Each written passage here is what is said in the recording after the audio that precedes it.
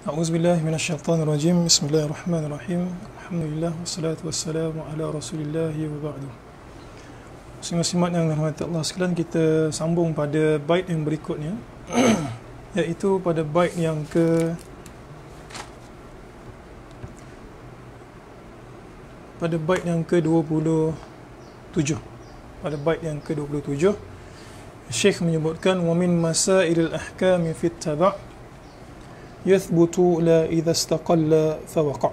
Ini satu kaedah fiqh yang membahaskan tentang hukum mengikut. Ada satu permasalahan ataupun ada satu perbuatan ataupun ada satu amal, mengikut kepada hukum, kepada sesuatu perkara ataupun amal ataupun perbuatan. Saya sebutkan min masailil ahkam, di antara permasalahan hukum hakam yang dibahaskan oleh para ulama adalah persoalan berkenaan dengan at-taba'. At-taba' ini maksud literalnya adalah ikut, taba'.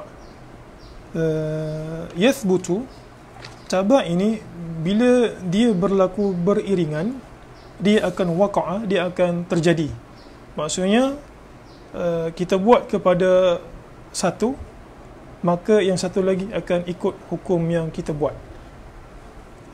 La, saya sebutkan la idza istaqalla, akan tetapi bila perkara tersebut berasingan, maka dia tidak jadi.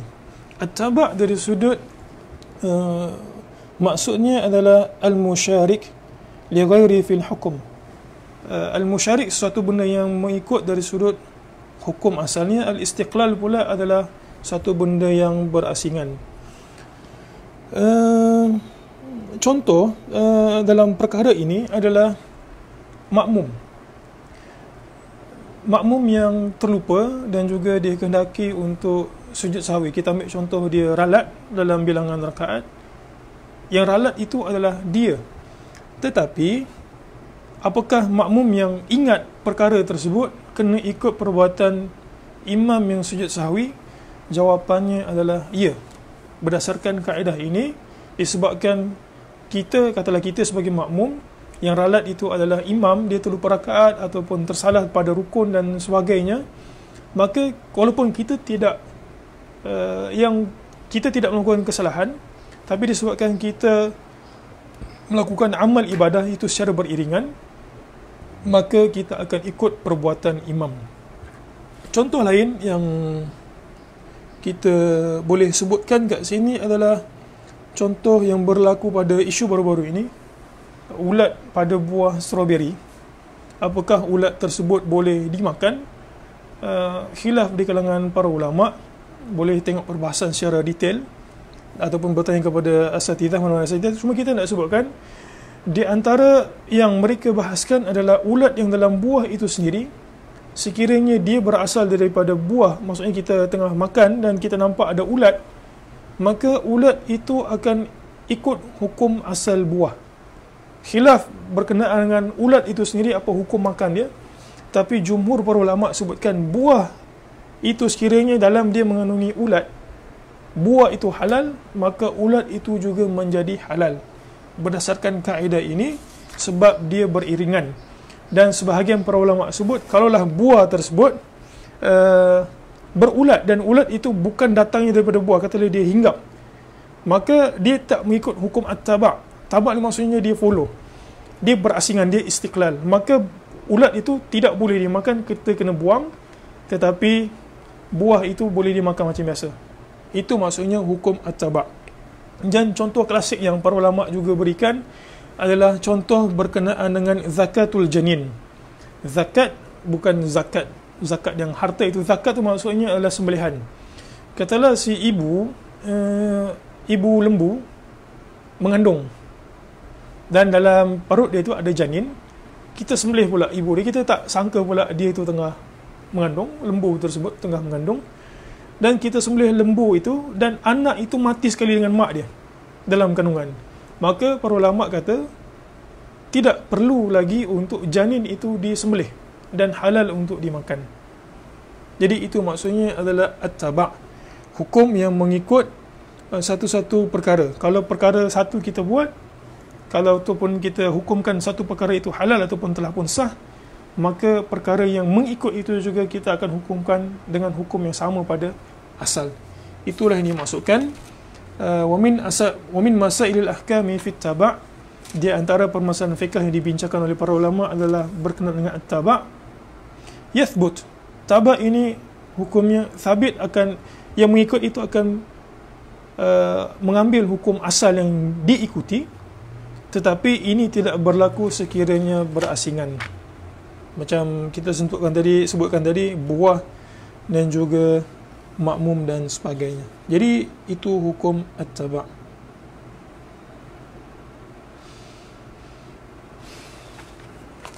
Berikutnya, kembali semula kepada persoalan ataupun permasalahan uruf. Pada bait yang ke-28, Syekh sebutkan wal urfu ma'mulun bihi idza warad. Uruf ini terpakai ma'mulun bihi idza warad. Hukmun min asy-syar'i syarifi lam yuhad. Jika sekiranya warid pada hukum syarak itu, tetapi hukum syarak tidak menetapkan bilangan ataupun tidak meletakkan ketentuan. Ini mukaddimah tentang hukum adat ni telah kita sebutkan sebentar tadi. Cuma di sini ada sedikit perincian.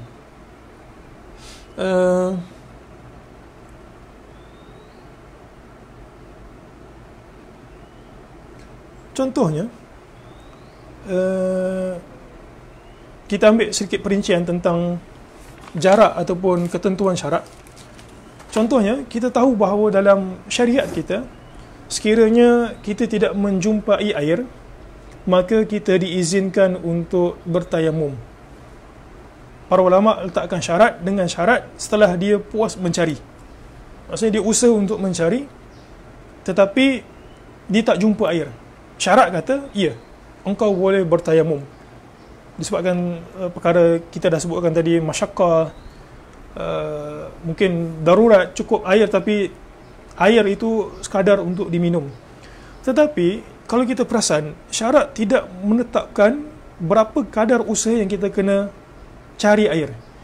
Ataupun dalam bahasa lainnya, ataupun dalam contoh lainnya, syarat tidak tetapkan berapa kadar kita perlu berjalan untuk mencari air sehingga boleh dikatakan kita ini layak untuk bertayamum.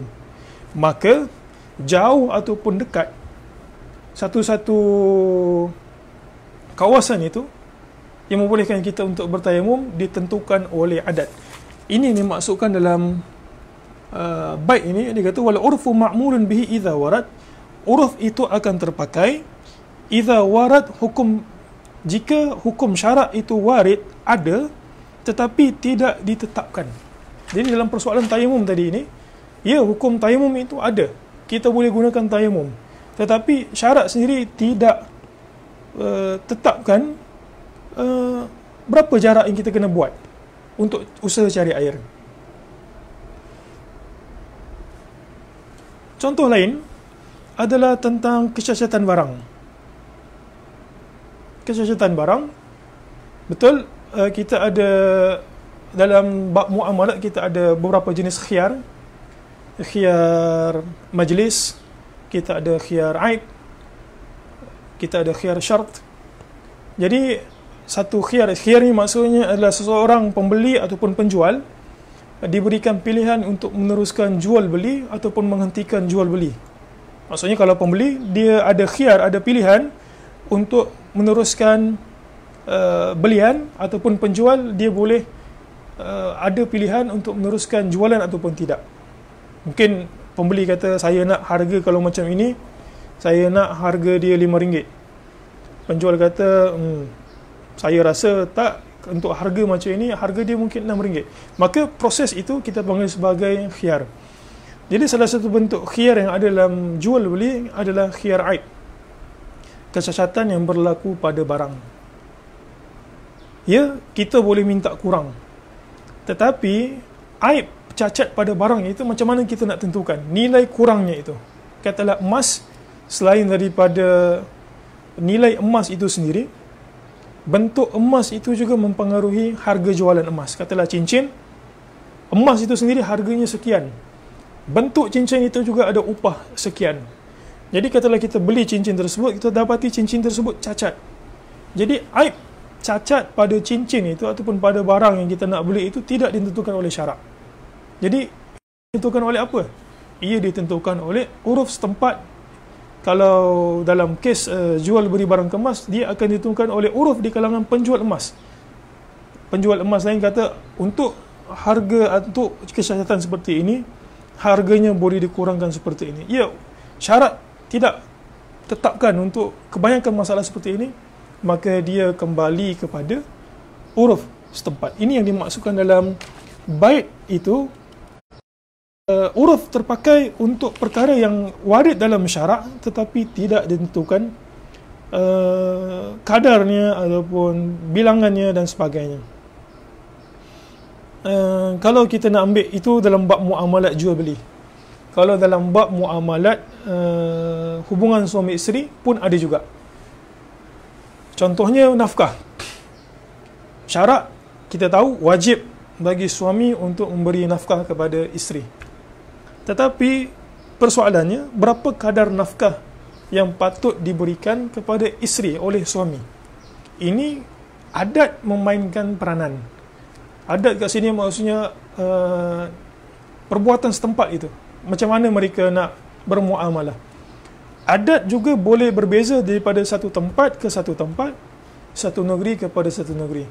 Mungkin kalau di Kelantan, jumlah nafkahnya itu, dan ini juga terpakai dalam bab mahar. Mahar kita tahu negeri berbeza, mahar juga berbeza. Kalau dalam persoalan nafkah, mungkin nafkah dekat Kelantan berbeza dekat nafkah dengan dekat negeri ataupun kawasan di Lembah Kelang, berbeza. Syarat tidak tetapkan. Sebab kalau syarat tetapkan, dia akan menambahkan kesusahan dan juga benda itu terlalu luas kalau syarat nak beri kepada satu-satu. Jadi apa yang syarat tetapkan? Syarat tetapkan prinsip. Prinsip kena bagi nafkah. Aib boleh mengurangkan jumlah kadar nilai barang. Tapi macam mana kadarnya itu bergantung kepada adat setempat. Sini mungkin kalau dalam kelas saya akan terangkan tentang syarat satu-satu benda tersebut menjadi uruf. Ya, uruf, tidak semua uruf terpakai, tapi mungkin next time insya-Allah taala. Baik, bait yang ke-29. Mu'ajilul mahdhuri qabla anihi. Mu'ajil mahdhuri qabla anihi qad ba'a bil khusrani ma' hirmanihi. Bait yang ke-29 ini bicara tentang satu perbuatan yang kita tergesa-gesa untuk buat. Maka secara umumnya, perbuatan yang kita tergesa-gesa untuk buat, syarak kata masanya belum sampai, tapi orang tersebut tergesa-gesa untuk pergi buat, maka syarak akan berikan hukuman pengharaman ataupun mani' kepada perbuatan tersebut. Itu sebab dia kata qad ba'a bil khusrani, maka dia akan tertimpa dengan khusran, kerugian bersama teman. Macam ini. Kita tahu bahawa hadis Nabi sallallahu alaihi wasallam, darithul qatil, seorang qatil, pembunuh, tidak akan mewarisi harta. Contoh, orang tersebut memang dia berhak, dia anak, dia memang berhak untuk mendapatkan harta daripada orang tua dia, dan katalah orang tua dia sakit, dia kata orang tua ni dah nak meninggal dunia ni, dan aku pula perlukan harta, contohnya perlukan harta segera, maka dia kata dia lambat meninggal ataupun cepat meninggal, harta tu tetap kepada aku, tapi dia tergesa-gesa, dia terus pergi bunuh orang tu. Dia kata, alang-alang kau sakit, tak apa, pergi bunuh.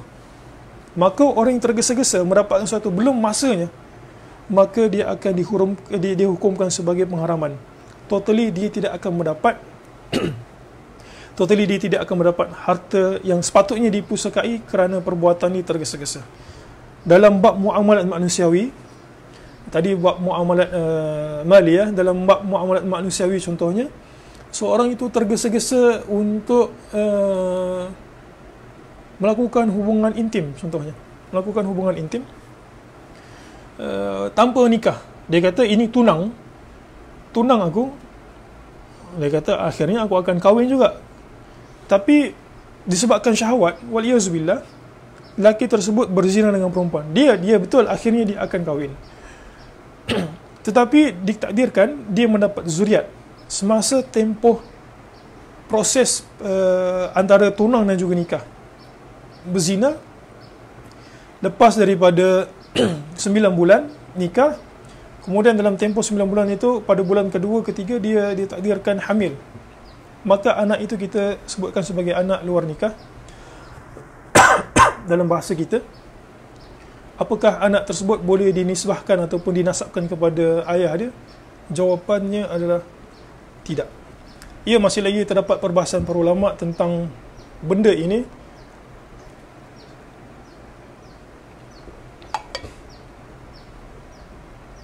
Tetapi hukum asalnya adalah tidak. Kesannya apa? Haram dinisbahkan anak tersebut kepada ayah dia. Kemudian anak tersebut juga tidak mendapat harta pusaka daripada ayah dia.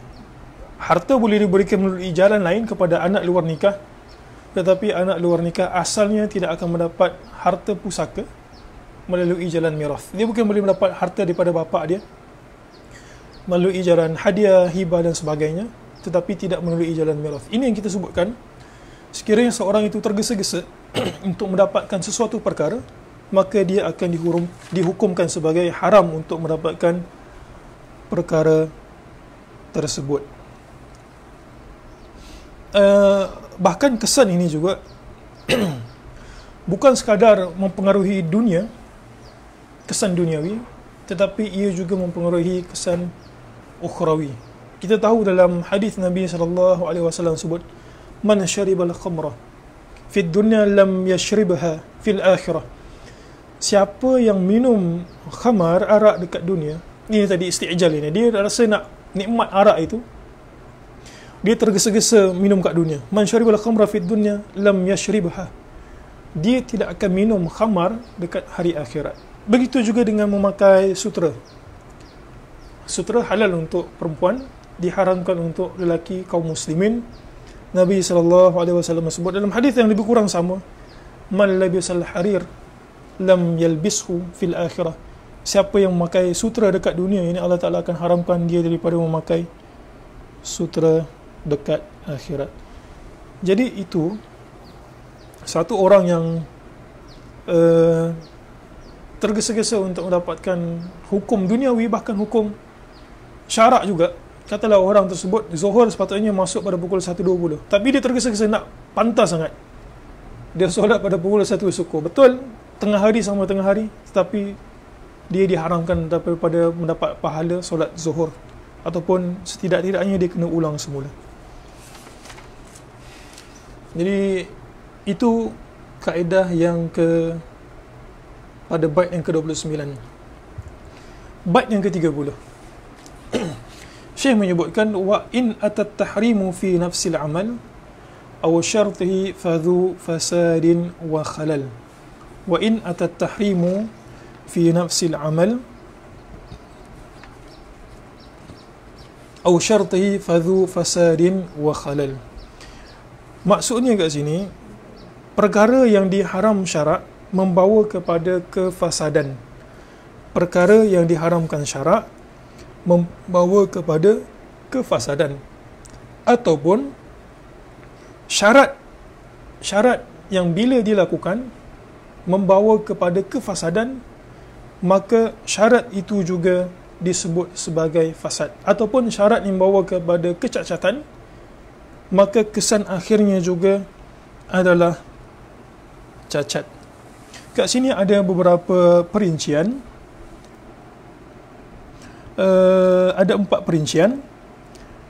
Yang pertama, sebelum daripada itu, perkataan Nabi SAW, kullu syartin laisa fi kitabillahi fahuwa batil. Mana-mana syarat yang seseorang itu nak buat dalam muamalah manusia, syarat itu adalah batil. Ini kita bicara tentang perbuatan itu dilarang dan juga syarat yang membawa kepada perbuatan itu.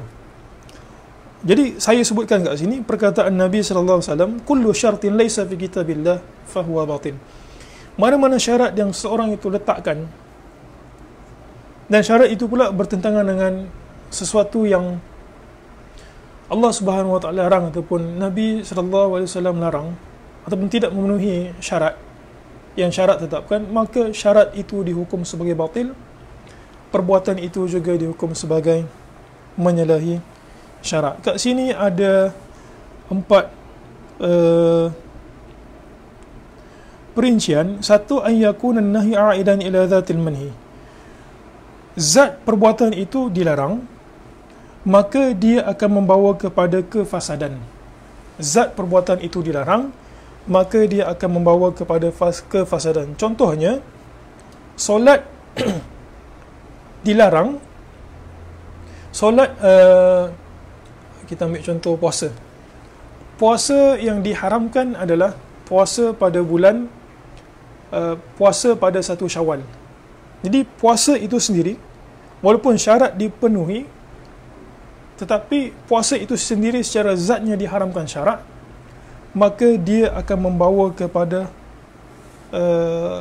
amal itu tidak diterima, ataupun amal itu kita anggap sebagai fasad.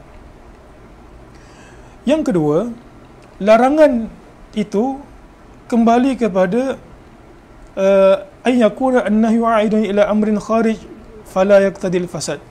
Larangan itu tidak secara spesifiknya ditujukan kepada perbuatan itu, tetapi luar daripada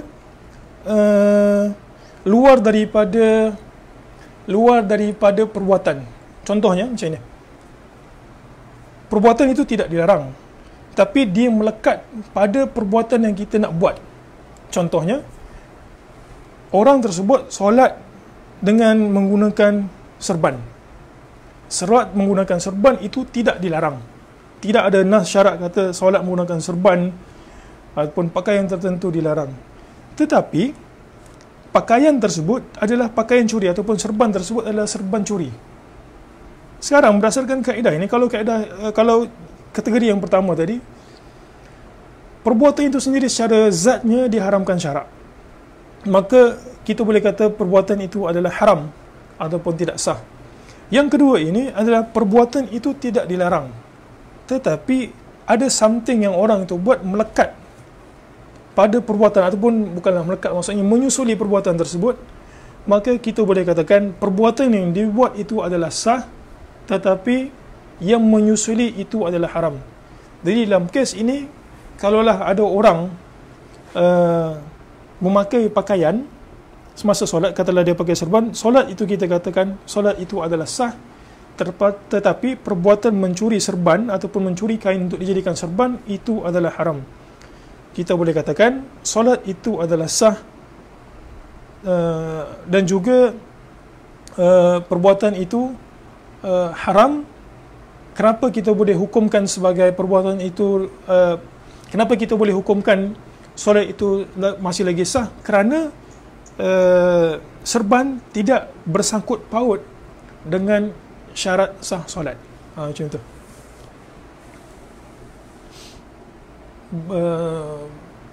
Saya harap boleh faham lah.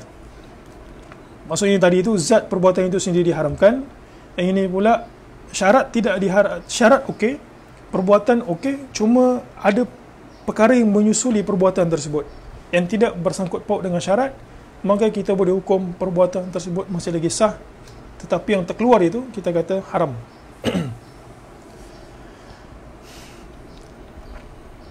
Yang berikutnya, yang kategori yang ketiga ini adalah perkara yang bersangkut paut dengan syarat, ataupun ibadat, ataupun muamalat.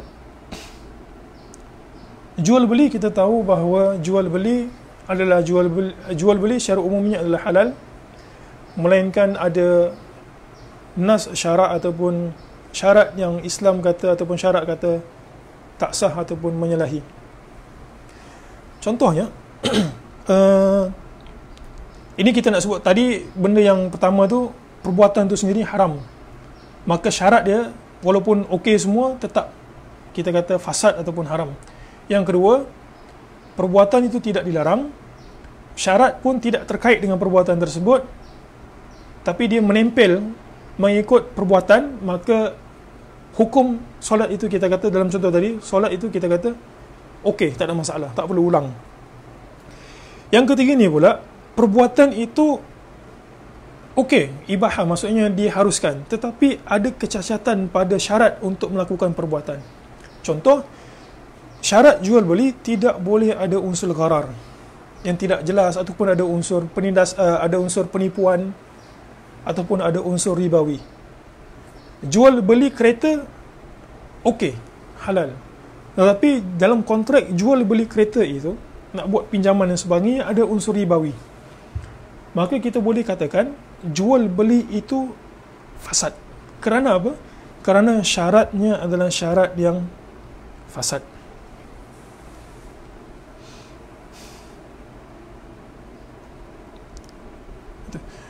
Yang keempat, ni 1, 2, 3, 4 ni, jadi kalau ada kat kelas tu sedap sikit lah nak terang, ada whiteboard.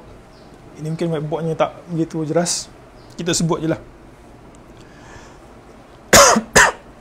Yang keempat ini adalah larangan itu kembali syarat. Larangan itu kembali kepada syarat, maksudnya kecacatan itu kembali kepada syarat, tetapi syarat itu pula yang menyusuli. Kalau yang kategori yang kedua tadi, perbuatan itu tidak dilarang, syaratnya pun okey, tetapi yang menyusuli perbuatan itu adalah perkara yang diharamkan. Contoh, serban, tak terkait dengan syarat sah solat, tidak terkait dengan solat itu sendiri, maka kita kata hukum solat itu, awak punya solat walaupun awak mencuri, sah, sebab dia tak ada kaitan dengan syarat. Perbuatan itu juga diiktiraf oleh syarat. Yang keempat ni pula, perbuatan yang menempel dekat syarat, bukan pada perbuatan itu, tetapi menempel dekat syarat. Kita tahu bahawa solat ada syarat untuknya kena berwuduk, dan berwuduk tu pula ada syarat tertentu, tapi wuduk yang dia pakai itu adalah wuduk curi. Wuduk yang dipakai itu adalah wuduk daripada air curi. Contohnya dia pergi tebuk tangki mana-mana, tangki orang mana-mana, dia kata tujuannya baik, dia pun pergi tebuk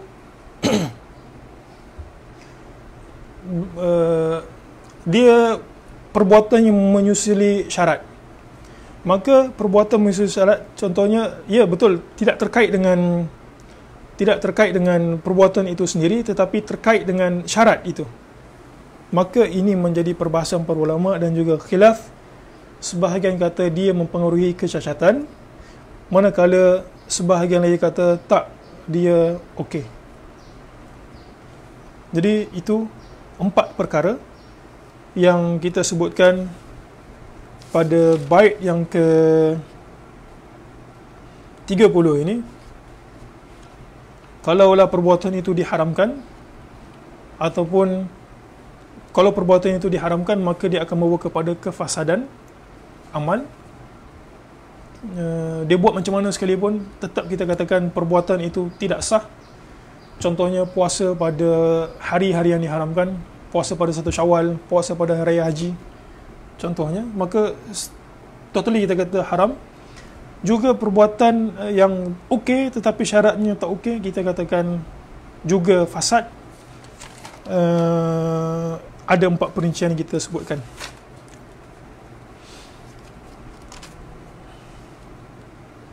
Baik.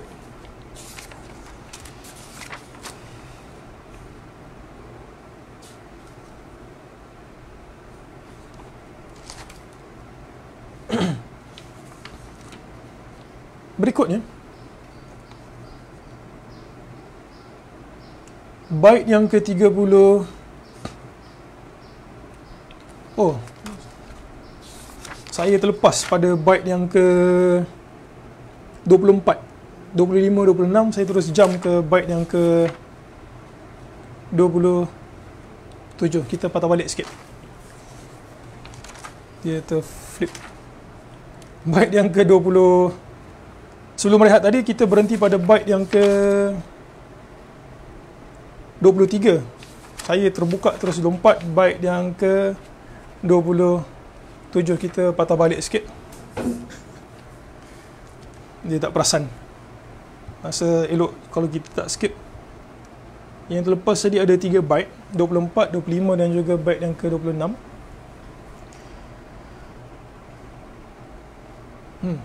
Bait yang ke-24 kita patah balik, terlompat sikit.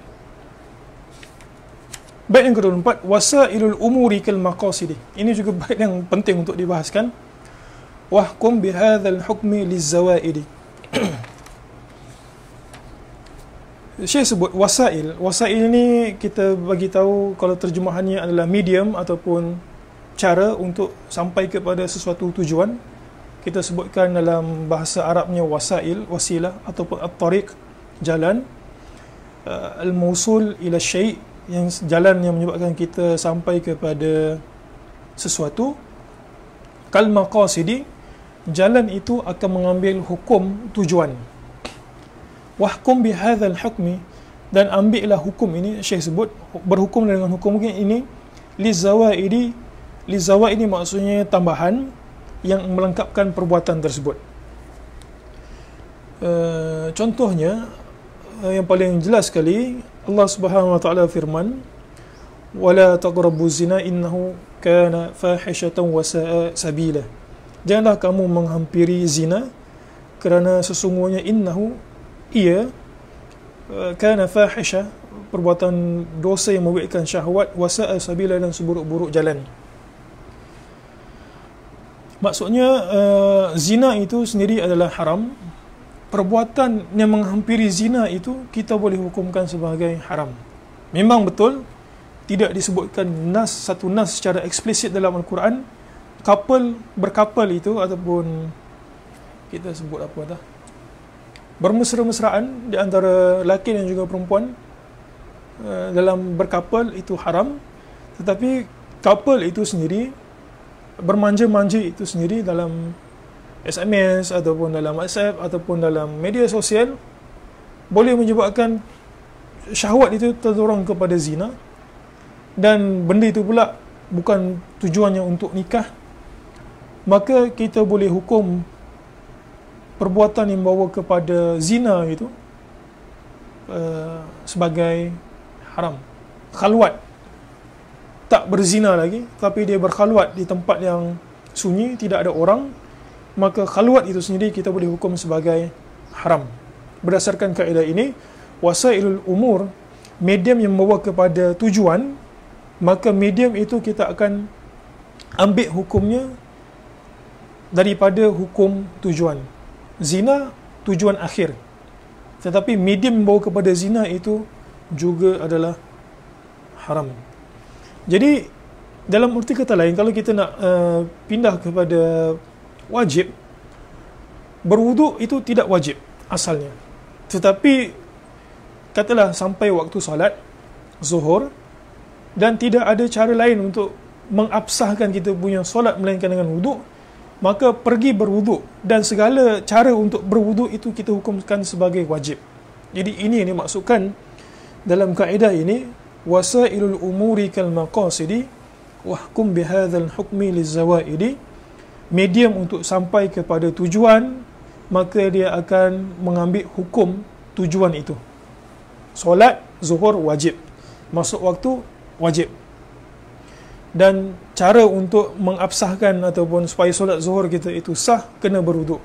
Maka pergi berwuduk secara umumnya itu wajib untuk dilakukan. Jadi ini yang dimaksudkan dalam kaedah ini. Dia sama lebih kurang macam tabak dari yang kita sebutkan.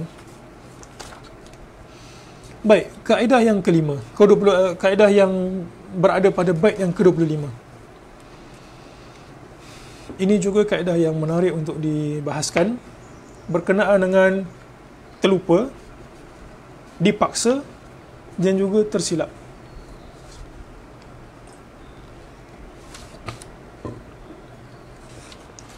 Syekh sebutkan, wal khata'u wal ikrahu wan nisyanu asqatahu ma'budun ar-rahmanu. Al khata' tersilap, wal ikrah dipaksa, wan nisyan terlupa. Ketiga-tiga perkara ini bila berlaku dekat seorang hamba, maka dia tidak diberikan taklif.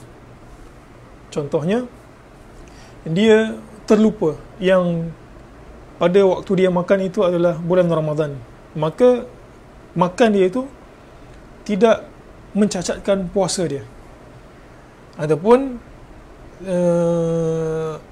dia tersalah pukul, dia pukul dalam semak tu, dia ingat ada ular, dia ambil batang penyapu, dia pun pukul dekat semak, rupanya bukan ular tapi kawan dia tengah baring kat situ contohnya, maka dia tersalah, maka tidak diberikan taklif ataupun dosa kat situ. Tapi kaedah ini ada perincian. Wal khata'u wal ikrahu nisyanu asqatahu. Asqatahu ni maksudnya gugurkan dosa ataupun tanggungjawab. Ma'budun Rahman, Allah Ta'ala akan menggugurkan dosa ataupun tanggungjawab orang yang tersilap, dipaksa ataupun orang yang terlupa. Baik, kita bahaskan satu-satu. Khata' dari kita katakan dalam bahasa Arab diddus sawab, lawan bagi as-sawab, benar, disusuli dengan niat tidak sengaja untuk melakukan perkara tersebut, itu kita panggil sebagai al-khata'. An-nisyan maksudnya adalah al-ghaflah, cuai anisyai, cuai daripada sesuatu perkara, adam tadhakkurihi, dia tidak ingat perkara tersebut. Contohnya, seorang itu terlupa masa bulan Ramadan seperti kita sebutkan tadi, ataupun dia solat zuhur, tiba-tiba dia baru teringat, dia kata saya rupanya baru teringat tadi tak berwuduk lagi, dan saya baru teringat wuduk saya batal masa saya sampai ke masjid. Maka dari sudut syarak, Allah Ta'ala tidak menghukum dosa ataupun taklif kepada hamba ini, tapi dia masih lagi ada perincian. Kita tahu bahawa manusia ini dalam perhubungan dia dapat dipecahkan kepada dua bahagian ataupun dua kategori. Satu, hubungannya dengan Allah Subhanahu Wa Ta'ala. Yang kedua adalah hubungan dia sesama manusiawi. Apakah terlupa bayar hutang boleh dianggap sebagai terlepas daripada taklif? Jawapannya adalah tidak. Baik, kita berikan sedikit perincian. Apa yang terkait dengan hak Allah dan juga apa yang terkait dengan hak makhluk. Tidak semua boleh terlepas, terutama sekali hak makhluk. Baik, apa yang terkait dengan hak Allah Subhanahu Wa Taala dari sudut taklifinya, taklif ini maksudnya hukum haram, wajib, halal, ya, dia terlepas daripada dosa dari sudut hukum taklifi. Dosa tak dosa, Allah Ta'ala kata, syarak sebutkan benda ini dia akan menyebabkan seorang itu tidak berdosa bila dia tersalah, terlupa ataupun dipaksa. Itu dari sudut hukum taklifinya. Tapi dari sudut hukum al-wad'i, para ulama sebutkan istilahnya itu adalah hukum wad'i, dia pecah kepada dua perkara. Hukum wad'i sama ada suruh buat ataupun suruh tinggal. Suruh buat ataupun suruh tinggal. Ini kita bincang lagi dalam hak Allah Subhanahu Wa Ta'ala. Allah Ta'ala ni dia punya khitab ataupun apa yang disampaikan kepada manusia ni boleh jadi berbentuk suruh buat ataupun boleh jadi berbentuk suruh tinggal. Kalau suruh buat, wajib buat. Suruh tinggal, haram buat. Kalau membabitkan perkara yang diperintahkan, maka dia tidak gugur. Yang gugur cumalah dosa. Tapi perbuatan tersebut dia still kena buat. Contoh, dia terlupa solat dan dia terlepas waktu solat. Dia mungkin maghrib ataupun isyak itu, dia biasa pergi ke masjid, tiba-tiba dia ada urusan, dia ingat dia setelah pun solat isyak. Lepas subuh tu baru dia teringat. Ya, dari sudut itu dia tidak berdosa dari sudut hukum taklifinya. Tetapi dari sudut kena buat, dia kena ulang semula ataupun kena buat balik. Dalam bentuk ini pun dibahas sama ada qadaan ataupun adaan, tapi ala kulli hal dia tetap kena buat. Itu dari sudut hak Allah yang Allah Ta'ala perintah buat, dia kena buat. Terlupa bayar zakat harta, ya, dia still kena buat, walaupun dia tidak berdosa. Dari sudut kategori Allah Ta'ala perintah untuk tinggal, maka ini dia tidak diberikan apa-apa apa-apa dendaan. Tidak diberikan apa-apa dendaan ataupun taklif. Yalah, takkan dia dilarang buat, tiba-tiba dia teringat benda tu salah, dia buat balik. Tak. Jadi cuma yang menjadi concern kita adalah kalau benda tersebut diperintahkan buat, terlupa ataupun terlalai, dia tersilap, dia still kena buat. Contoh yang disebutkan dalam para ulama, sebagian para ulama adalah kalau dia bersetubuh dengan isteri dia pada bulan Ramadan terlupa. Ini juga masih lagi ada perbahasan bagaimana pula orang tu boleh terlupa. Ialah sebab nak ke hubungan sulit tu dia ada step-step dia. Jadi para ulama kata, ada sebahagian kata terima, ada sebahagian kata tak terima. Ataupun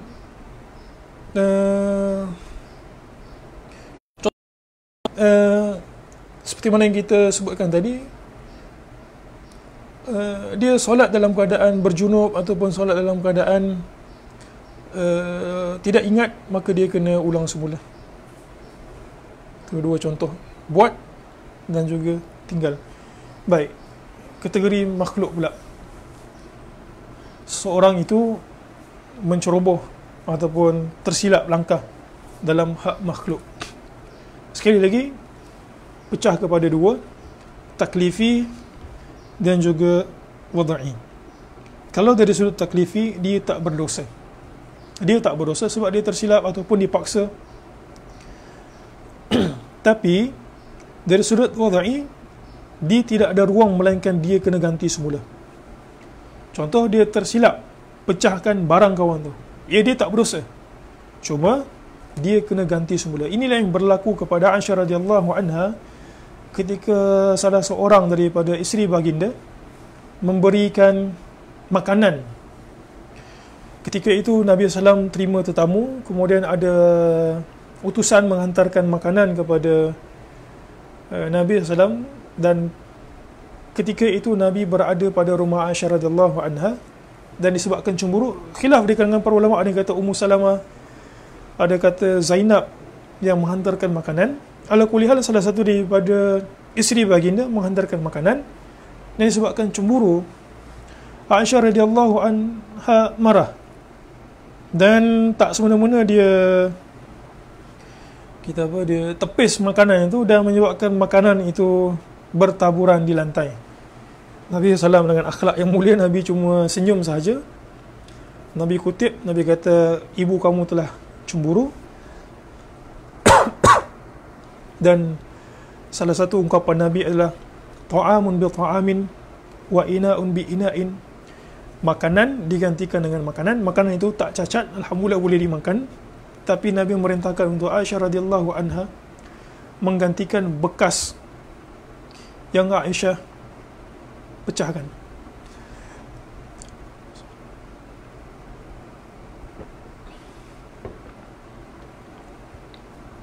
Al-khata' wal ikrah, itu perbahasan yang kita telah sebutkan, dia lebih kurang sama, terlupa ataupun tersilap.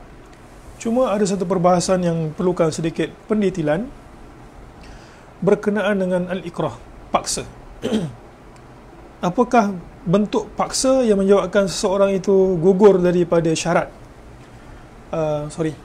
Apakah bentuk paksaan ataupun syarat-syarat paksaan yang bila ada menyebabkan seorang itu tidak ditaklifkan sebagai berdosa? Baik, kat sini saya sebutkan 5 perkara yang kita boleh anggap sebagai paksa jenis ini dia tidak berdosa. Satu, seseorang itu yakin bahawa orang yang memaksa itu mampu membuat sesuatu kepada dia. Satu. Yang kedua, perbuatan itu pula dilakukan secara segera. Dia kata, kalau kau tak buat ini, kalau kau tetap juga solat, aku akan bunuh. Segera. Bukan maksudnya kalau kau solat sekarang, aku akan bunuh kau pada next year. Itu tidak termasuk dalam kategori ikrah yang menyebabkan dia terlepas daripada hukum dosa. Yang ketiga adalah dia yashukka tahmiluhu, dia rasa berat untuk membawa benda tersebut. Kalau dia kata sekadar paksa untuk dia cubit sikit, kalau tak solat, kalau kau solat aku akan cubit. Itu benda yang masih boleh ditanggung. Dan dia kalau dia tak buat untuk kategori ini, dia berdosa. Maksudnya paksaan yang jenis yang menyebabkan kalau dia terlepas daripada dosa adalah paksaan jenis dia tak boleh tanggung paksaan tersebut. Bunuh contohnya, cacatkan. Yang keempat adalah keyakinan bahawa benda tersebut akan berlaku. Kalau kita tengok dia ni acah-acah paksa saja, maka itu tak termasuk dalam kategori terlepas daripada dosa. Tapi kalau jenis yang memang kita tahu orang ini memang serius nak buat, nak bunuh, kalau tak buat, maka ya, kalau dia buat something yang menyanggahi syarak, dia terlepas.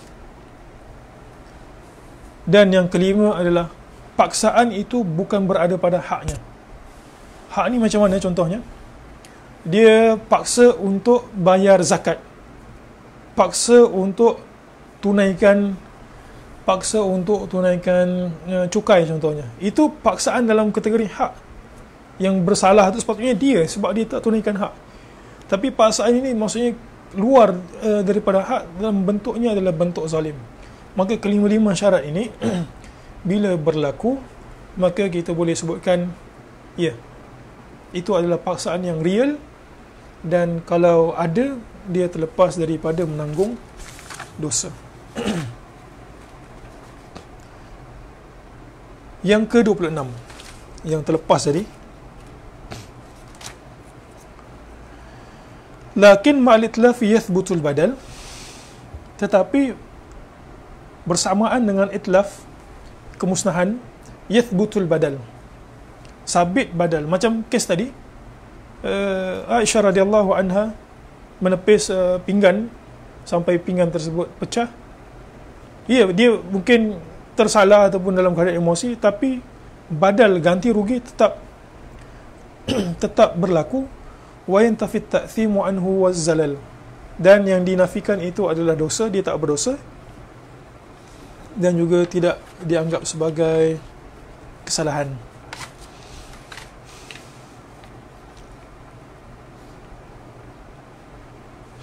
Baik, itu bait yang kedua. Kita patah balik ke bait yang kita telajak tadi, bait yang ke-31. Muslimat yang dirahmati Allah, Syekh menyebutkan, wa mutlifu mu'dhihi laysa yadmanu ba'da ad-difa'i billati hiya ahsanu. Wa mutlif mu'dhihi laysa yadmanu, orang yang diberikan taklif untuk menjaga satu-satu barang, tiba-tiba barang yang dijaga itu rosak pada tangan yang diberikan amanah. Setelah dia ba'da difa'i billati ihsanu, setelah dia jaga elok-elok barang tersebut, tapi amanah itu akhirnya cacat ataupun akhirnya benda tersebut rosak, maka dia tidak diberikan tanggungjawab untuk menggantikan. Ini yang dimaksudkan pada bait ini, wa mutlifu mu'dhihi laysa yadmanu ba'da difa'i billati hiya ahsanu. Kita perincikan sikit satu persatu. Al-itlaf wal ihlak, maksudnya itlaf wal ihlak. Al-itlaf ikhraju syai' an kaunihi muntafi'an bihi, menyebabkan barang tersebut terkeluar daripada kategori boleh digunakan ataupun boleh mengambil manfaat. Jadi kalau berlaku something seperti itu, dia telah pun protect barang itu dengan baik, tapi akhirnya kecacatan tetap berlaku, kemalangan tetap berlaku, maka dia tidak, asalnya dia tidak menanggung dosa, dan juga tidak perlu membalas ganti rugi.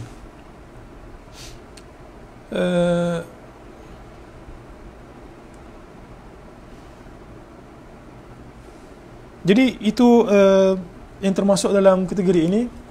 Saya rasa tidak perlu diperpanjangkan.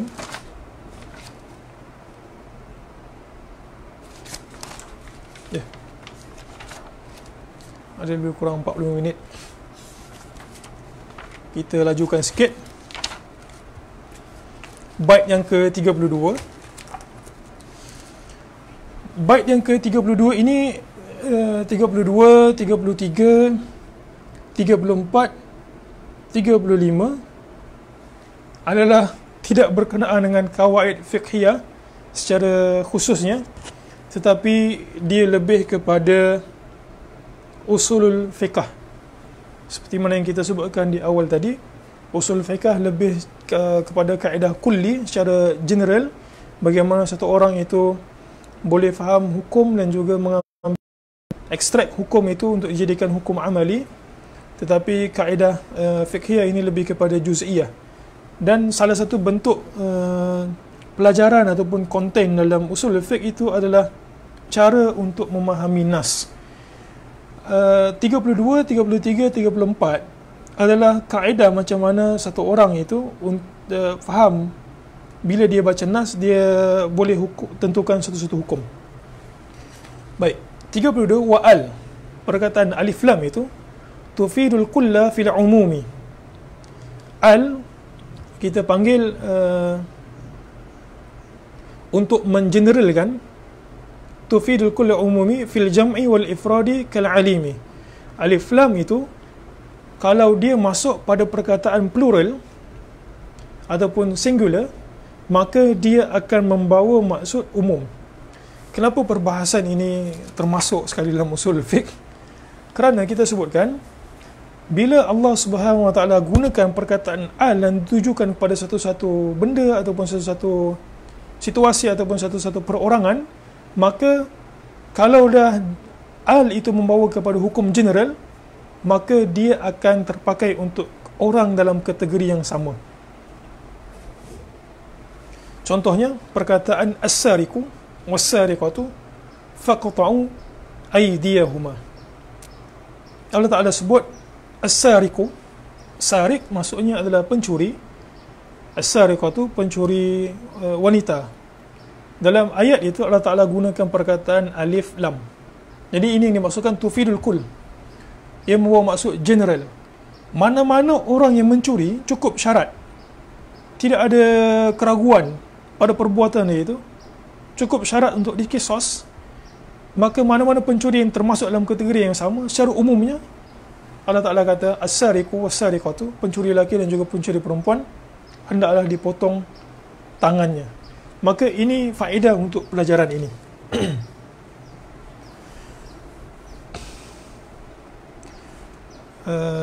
Jadi Syekh pada bait yang ke-13 sebut alif lam kalau dia melekat pada perkataan plural ataupun singular, macam as-sariq tadi singular, satu saja, yang ialah singular ataupun plural, maka dia akan membawa kepada maksud umum. Maka kita akan mengumumkan hukum tersebut kepada kategori yang sama.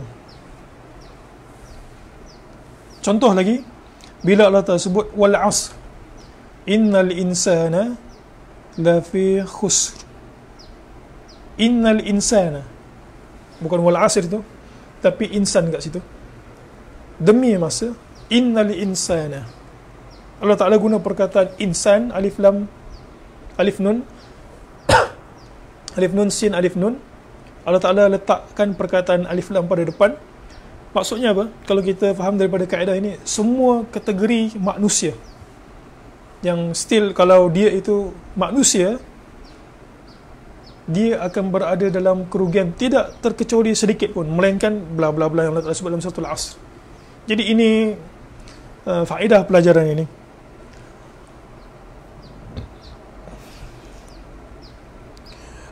Contoh alif lam yang masuk dalam perkataan plural yang jamak itu. Alif lam dalam surah Fatir Allah Ta'ala sebut ya ayuhan nas antumul fuqara ila Allah, wahai sekalian makhluk manusia. An-nas itu dah plural, kemudian Allah Ta'ala tempelkan perkataan alif lam, maksudnya semua manusia. Fuqara memerlukan, sangat berhajat kepada Allah. Wallahu huwal ghaniyul hamid, dan Allah Ta'ala lah yang al-ghani, maha kaya lagi maha terpuji. Jadi itu bait yang dimaksudkan pada nombor 33. Bait yang ke-33. Bait yang ke-32 Ini pula bait yang ke-33, wan nakirat fi siyaqin nafi tu'til umum aw siyaqin nahyi. Nakirah, kalau kita nak terjemah dari sudut bahasa yang mudah untuk difahami, adalah sesuatu yang tidak ditentukan. Nakirah ini dia lawan daripada ma'rifah. Ma'rifah tadi itu kita sebutkan ditentukan. Kalau nakirah, ini maksudnya adalah sesuatu yang tidak ditentukan. Dia terbuka. Fi siyaqin nafi, dalam bentuk ayat nafi, bentuk ayat yang menidakkan, tu'til umum, maka dia juga akan membawa maksud umum, ataupun siyaqin nahyi, ataupun dalam bentuk larangan. Contohnya, Allah Ta'ala sebut, Al-hajju ashhurum ma'lumat, faman farada fihinna al-hajj fala rafatha wala fusuqa wala jidala fil hajj. Nafinya kat mana? Nafinya adalah pada perkataan, kalau muslim-muslimat ada Quran, pada surah Al-Baqarah ayat 197, Allah Ta'ala sebut Al-hajj ashhur ma'lumat. Haji itu adalah ashhur ma'lumat, bulan-bulan yang diketahui. Bulan haji itu ada 4, Syawal, Zulkaidah, Zulhijjah, Zulkaidah. Bulan-bulan haji itu ada 4.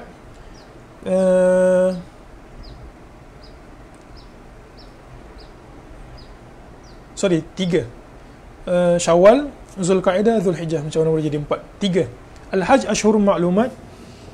Haji itu bermula niat, kalau kita nak mabit, pasangkan niat itu boleh bermula pada Syawal, Zulkaidah, dan puncaknya adalah pada Zulhijjah, bermula pada 9 ataupun 10, hari Tarwiyah 10 sampailah habis. Al-hajj ashhurun ma'lumat, faman farada fihinna al-hajj, siapa yang farada fihinna, difardukan haji kepada dia, dia pergi haji, Allah Ta'ala sebut fala rafatha, maka orang pergi haji ini, Allah Ta'ala kata la itu siyaqun nafi, tidak boleh ada fusuk, kefasikan, jidal. Fala rafatha, tidak boleh berkata-kata yang rafath, kata-kata kotor, caci maki, cercaan, fusuk, perbuatan-perbuatan yang zalim ke orang, perbuatan fasik, wala jidal, berdebat-debat dalam haji. Maka ayat ini menunjukkan semua jenis rafath, semua jenis fusuk, semua jenis jidal, semua jenis debat, semua jenis kata-kata nista ataupun kata-kata kotor tidak boleh dikerjakan ataupun tidak boleh dilakukan orang yang pergi mengerjakan haji. Jadi ini yang dimaksudkan wan nakiratu fi siyaqin nafi. Bila ada bentuk nafi, penafian itu, perkataan la itu maksudnya tiada, dia akan bawa maksud umum. Jadi kalau kita nak faham ayat itu, fala rafatha, tidak boleh ada sebarang kata-kata nista, caci maki, cercaan, perbuatan kotor dilakukan oleh orang yang mengerjakan haji. Kalau dia buat juga, maka hajinya itu boleh kita sebutkan sebagai cacat. Tu'til umuma aw siyaqin nahyi. Baik, mungkin ada sebahagian yang keliru tentang nafi dan juga nahyi. Nafi ini maksudnya meniadakan ataupun menidakkan. Kalau an-nahyi maksudnya adalah kata-kata ataupun bentuk larangan. An-nahyi maksudnya larangan, nafi maksudnya menidakkan. Contoh, Allah Ta'ala sebut wala tad'u ma'allahi ilahan akhar la ilaha illahu. Wala tad'u ma'allahi ilahan akhar, dalam surah Al-Qasas ayat ke-88. Janganlah kamu menyuruh, wala tad'u ma'allahi ilahan akhar, janganlah kamu menyeru. Kat situ ada perkataan la itu bukan la untuk menafikan, tetapi la kat situ maksudnya adalah la untuk melarang. Jangan kamu tad'u ma'allahi, kamu seru Allah, dalam masa yang sama ilahan akhar, kamu seru Tuhan lain. Jadi sebarang bentuk seruan ataupun pengibadahan selain daripada Allah, disebabkan Allah Ta'ala gunakan perkataan nahyi kat situ, siyaqun nahyi, dan Allah Ta'ala cantum pula perkataan ilah dalam bentuk nakirah, tidak ditentukan, maka ia membawa mana-mana bentuk seruan selain daripada Allah Subhanahu Wa Taala, itu dilarang. Baik, bait yang ke-34, kadzaka man wa ma tufidani ma'a kullal umumi ya ukhayya fasma'a. Baik, ini juga agak sedikit teknikal. Kalau muslim-muslimat tengok perkataan kadzaka man, dia kata perkataan man itu dan juga perkataan ma tufidani ma'a kullal umumi ya ukhayya fasma'a, juga membawa maksud umum, wahai saudaraku, fasma'a, dengar. Kadzaka man wa ma, perkataan man bila masuk dalam satu-satu ayat secara umumnya ataupun ma secara umumnya membawa maksud keumuman. Contoh dalam surah Al-Jathiyah, Allah Ta'ala sebut man amila salihan fali nafsih wa man asa'a fa'alaiha thumma ila rabbikum turja'un. Man amila salihan fali nafsih, barang siapa di sini maksudnya sesiapa sahaja yang buat amal soleh, maka untuk dirinya. Kebaikan itu akan kembali untuk dirinya. Perkataan man kat situ membawa maksud umum, siapa sahaja. Jadi ini yang dimaksudkan dalam bait ke-34. Dan juga kita ambil satu contoh ma, walillahi ma fis samawati wa ma fil ard wa ila Allahi turja'ul umur, dalam surah Ali Imran ayat 102. Allah Ta'ala sebut walillah, dan milik Allah Subhanahu Wa Ta'ala ma fis samawat. Allah Ta'ala guna perkataan ma. Jadi bila Allah Ta'ala guna perkataan ma, menunjukkan apa sahaja yang berada dekat langit dan apa sahaja yang berada dekat bumi secara umumnya milik Allah Ta'ala. Wa ilallahi turja'ul umur, dan kepada Allah dikembalikan segala urusan. Baik, 32, 33, 34. Jadi saya harap muslim-muslimat yang dengar ini bolehlah faham, ataupun bolehlah bertanya kalau tak faham nanti. Juga masuk dalam kategori ini, kita sebutkan tadi 32, 33, 34, 35, 4 ini dia usul fiqh. Wa mithluhul mufrad idh yudafu fafham hudita rusyda ma yudafu. Dia kata wa mithluhu, dan seumpama dengan ini, umum ini, mufrad idh yudafu, perkataan mufrad maksudnya single, yudafu ditambahkan something, juga membawa maksud umum. Fafham hudita rusyda, fahamilah hudita rusyda, engkau diberikan petunjuk. Ma yudafu, contohnya kategori ini mufrad yang bercantum dengan kata sandaran. Saya nak bagi terang macam mana. Kalau kita sebutkan al-qalamu, pen itu, kita tunjuk secara khusus, al-qalamu, pen itu. Kalau kita sebut qalamun, qaf lam mim, secara umum mana-mana pen. Kalau saya kata khudh al-qalama, ambillah pen itu, saya masukkan pen yang itu. Kalau saya sebutkan khudh qalama, ambillah mana-mana pen. Itu kesan penggunaan alif lam dan juga tak ada alif lam. Kalau saya tambah pula perkataan qalam itu mufrad, khudh qalamahu, ambillah pennya. Saya cerita tentang pen Ali, kemudian saya sebut kat satu orang, saya kata khudh qalamahu, ambillah pennya. Jadi qalam itu perkataan qaf lam mim, satu perkataan mufrad, kemudian saya letakkan mudhaf. Mudhaf itu adalah hu tadi itu, nya, kata sandarannya. Jadi saya harap boleh faham lah kot. Jadi kalau ada bentuk seperti ini dalam Quran, kalau kita baca, jadi setidak-tidaknya lepas kita daurah qawaid fiqhiyah ni, bila kita baca Quran, kita dapatlah sikit-sikit apa maksud ayat itu.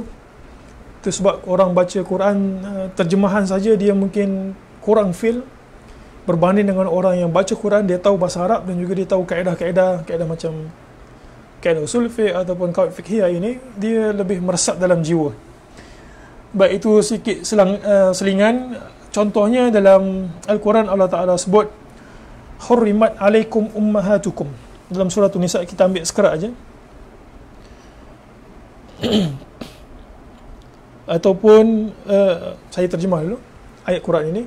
Hurrimat alaikum ummahatukum, diharamkan kepada kamu untuk mengahwinkan ummahatukum. Lafaz ini walaupun mufrad kat sini bukanlah maksudnya mufrad singular saja, dia juga terpakai untuk perkataan yang plural. Allah Ta'ala sebut sini hurrimat alaikum ummahatukum, diharamkan kepada kamu ummahat. Tengok perkataan ni, ummahat. Ummahat maksudnya adalah ibu-ibu. Kemudian Allah Ta'ala letakkan perkataan ummahat itu kepada kum, ibu-ibu kamu. Jadi bila kita tengok ini, kita tahu hukumnya haram kahwin. Tetapi bila kita tahu kaedah ini sebut, bila ada lafaz yang mufrad itu, kemudian ada kata sandaran, dia memaksudkan mana-mana ibu kamu diharamkan kahwin. Contoh dalam hadis, huwat tuhuru ma'uhu al-hillu maitatuhu. Nabi, ada sahabat tanya tentang penggunaan air laut, boleh tak guna untuk bersuci. Akhirnya Nabi SAW memberikan kaedah yang umum. Nabi sebut at-tuhur huwa at-tuhuru ma'uhu, air laut ini, at-tuhur, dia punya air adalah tuhur, suci. Nabi kata al-hillu, halal, maitatuhu. Cuba muslim-muslimat tengok perkataan maitah. Maitah maksudnya adalah bangkai.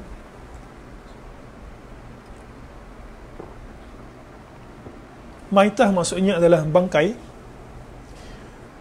Untuk menunjukkan keumuman mana-mana bangkai laut boleh dimakan ataupun halal untuk dimakan, Nabi SAW guna perkataan maitah, kemudian Nabi letak hu kat situ. Ini hu ni kita panggil sebagai mudhaf, tambahan pada perkataan. Halal bangkainya. Maka bila digunakan bentuk bahasa seperti ini, uslub kita panggil, ataupun siyak, maka dia maksudkan mana-mana bangkai. Jadi tak perlu tanya bangkai ikan jerung boleh tak makan, bangkai ikan tongkol boleh tak makan, mana-mana bangkai. Sebabkan penggunaan perkataan mufrad plus dengan yudhaf. Ada mudhaf, kita panggil mudhaf ilaih, siapa yang belajar bahasa Arab. Baik, bait yang ke-36. Ini sempat tak habis bait sampai ke 49 ni. Baik, bait yang ke-36. Bait ini sebutkan wala yutimmul hukmu hatta tajtami' kullu syuruti wal mawani' tartafi'. Dia kata hukum hakam ini tidak akan menjadi sempurna.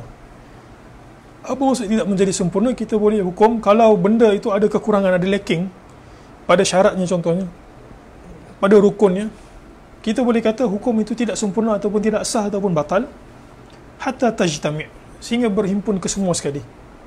Apa yang berhimpun ke semua sekali? Kullu syurut, semua syarat, wal mawani' tartafi', dan juga tidak ada penghalang. Syurut dan juga mawani' ini adalah istilah fiqh yang khusus. Syarat adalah sesuatu yang disebabkan ia, hukum tersebut ada, tetapi tidak semestinya ia ada, hukum itu ada. Ini adalah syarat, ta'rif syarat yang istilah yang diberikan para ulama, walaupun agak sedikit mengelirukan. Saya huraikan sedikit. Syarat adalah sesuatu yang disebabkan ia, hukum ada, dan tidak semestinya ia ada, hukum ada. Contoh, hukum solat, kita boleh katakan tidak ada, tidak akan berlaku, tidak sah, melainkan ada wuduk. Maka wuduk itu adalah syarat. Tetapi orang yang berwuduk tidak semestinya perlu untuk solat. Katalah dia wuduk pukul 8. Solat apa wajib pukul 8? Tak ada. Jadi itu maksudnya syarat. Sesuatu yang kerana ia, hukum itu ada, tetapi tidak semestinya ia ada, hukum ada. Itu ta'rif syarat. Apa maksud mani'? Mani' adalah plural, singular. Mawani' adalah pluralnya. Mani' kalau diterjemah dari sudut literal, mana'a megah ataupun tegah ataupun halang. Jadi mawani' adalah penghalang kepada berlakunya sesuatu hukum. Kalau dari sudut istilahnya, kalau kita boleh terjemahkan, sesuatu yang disebabkan ia, maka hukum tidak boleh berlaku. Jadi kaedah ini menyebutkan syarat untuk ataupun hukum itu boleh kita sebutkan sebagai sempurna ataupun sah sekiranya semua syarat untuk ibadat tersebut terlaksana dalam masa yang sama, semua mani' atau penghalang kepada hukum itu tidak wujud. Kita berikan satu contoh. Contoh yang lazim adalah contoh wanita yang dalam keadaan haid. Katalah masuk waktu zuhur, gelincir matahari, sebab telah pun ada, kemudian dia berwuduk. Syarat untuk solat itu kena berwuduk. Dia pergi berwuduk, dia menghadap kiblat, dia menutup aurat. Tetapi masa dia nak mengangkat takbir, tiba-tiba takbir Allah Ta'ala dia haid. Maka apakah dia boleh teruskan? Jawapannya adalah tidak. Walaupun dia telah memenuhi semua syarat, tetapi ada satu mani' yang menyebabkan ada satu mani' sahaja. Dengan satu mani' itu akan menyebabkan kesemua amal ibadat dia itu kita boleh katakan tidak sah ataupun tidak terlaksana ataupun tidak sempurna. Jadi dalam ibadat solat mestilah syarat itu dipenuhi dan juga tidak ada mani'. Kalau dalam bab perkahwinan pun sama juga. Dalam bab muamalat membabitkan kewangan pun sama juga. Hanya sah ataupun kita kata tidak fasid bila semua syarat dipenuhi. Dia mesti semua. Dia tidak boleh 5 syarat tiba-tiba terlepas satu.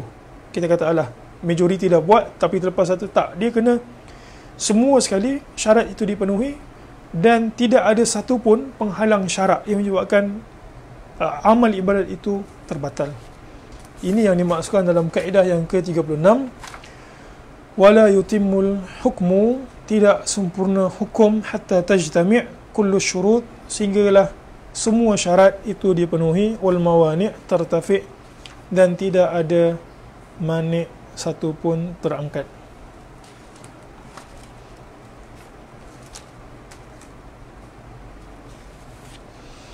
Bait yang ke-30, bait yang ke-37, wa man ata bima alaihi min amal qad istahaqqa ma lahu 'ala al-amal. Bait ke-37 ini maksudnya wa man ata bima alaihi amal. Siapa yang ata mendatangkan satu orang terhadap satu-satu pekerjaan, asalnya orang tersebut tidak wajib untuk melakukan pekerjaan tersebut, tapi dia melakukan pekerjaan untuk satu orang. Ini yang dimaksudkan waman ata bima alaihi min amal. Contohnya, orang tersebut tidak wajib untuk potong rumput di rumah dia, ataupun tidak wajib, tidak ada hak untuk dipaksa untuk orang cat pagar rumah dia. Tapi dia kata dia minta orang itu buat amal, perbuatan, contohnya macam potong rumput ataupun cat pagar rumah dia, qad istahaqqa ma lahu 'ala al-amal. Maka orang yang meminta orang lain untuk buat kerja itu, yang asalnya dia tidak ada kewajipan ataupun tidak ada hak untuk menuntut, maka istahaqqa ma lahu, orang yang minta itu, dia orang yang disuruh buat pekerjaan itu berhak mendapatkan duit daripada orang yang minta untuk dia buat amal perbuatan. Itu yang dimaksudkan dalam kaedah ke-37 ini. Allah Ta'ala sebut potongan ayat, ya ayyuhallazina amanu aufu bil uqud, wahai orang-orang yang beriman, hendaklah kamu menyempurnakan uqud kamu, akad perjanjian.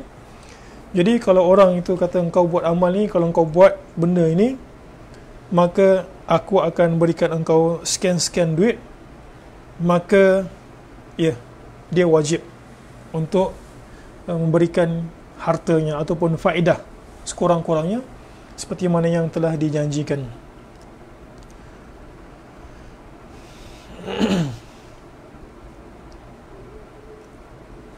Baik, kita lajukan sikit, kita pindah terus ke bait yang ke-38. Wa yuf'alul ba'du minal ma'muri in syaqqa fi'lu sa'iril ma'muri. Wa yuf'al, dikerjakan sebahagian perbuatan amal yang diperintahkan untuk buat. In syaqqa fi'lu sa'iril ma'mur, kalaulah dia susah untuk mengerjakan kesemua sekali perbuatan tersebut. Baik, ini ada sedikit perincian. Bukan maksudnya dia tidak dalam keadaan musafir, tiba-tiba dia kata saya penat hari ini, saya tak mampu untuk berdiri, maka saya solat 2 rakaat saja, maka itu tidak dipakai kerana tidak masuk dalam kategori dia. Ada sedikit perincian. Asalnya adalah seorang manusia itu kena buat semua amal ibadah bentuk seperti mana yang disebutkan syarak asalnya. Tapi bila dia ada masyakkah, ada kepayahan, yang kita dah sebutkan tadi syarat-syarat kepayahan itu, maka dia boleh buat separuh, ataupun separuh daripada, bukan separuh daripada ibadah tersebut, separuh daripada kemampuannya. Mungkin kita boleh sebut separuh daripada kemampuannya. Contohnya adalah seorang itu dia ingin mengerjakan solat, tapi dia tak mampu untuk berdiri, maka separuh daripada kemampuan dia itu hilang, maka dia boleh hilang dan dia tak dapat kerjakan dalam keadaan berdiri, maka dia boleh solat dalam keadaan duduk. Ini maksudnya. Asalnya seorang itu pergi mengerjakan haji dengan kemampuan diri dia sendiri, duit dia. Tetapi kalaulah dia tidak boleh mengerjakan haji, katalah sampai dia meninggal dunia, ataupun dia nak mengerjakan haji tapi dia tak cukup duit, katalah anak dengan bapa dia kata tak cukup duit, ayah nak pergi, ayah dia kata tak apa, ayah tampung, maka dia boleh pergi walaupun dalam keadaan separuh, dan separuh lagi orang support untuk dia ataupun tanggung untuk dia. Kalau dalam bab niabah haji, orang tersebut katalah meninggal dunia, dia tak mampu, maka orang lain boleh gantikan untuk dia. Dia masuk dalam kategori macam itu. Maksudnya dia tak mampu untuk mengerjakan kesemua sekali, dia kerjakan separuh, dan juga separuh lagi itu sama ada syarat izinkan untuk dia tak buat, ataupun buat dalam keadaan adanya, ataupun ditanggung oleh orang lain.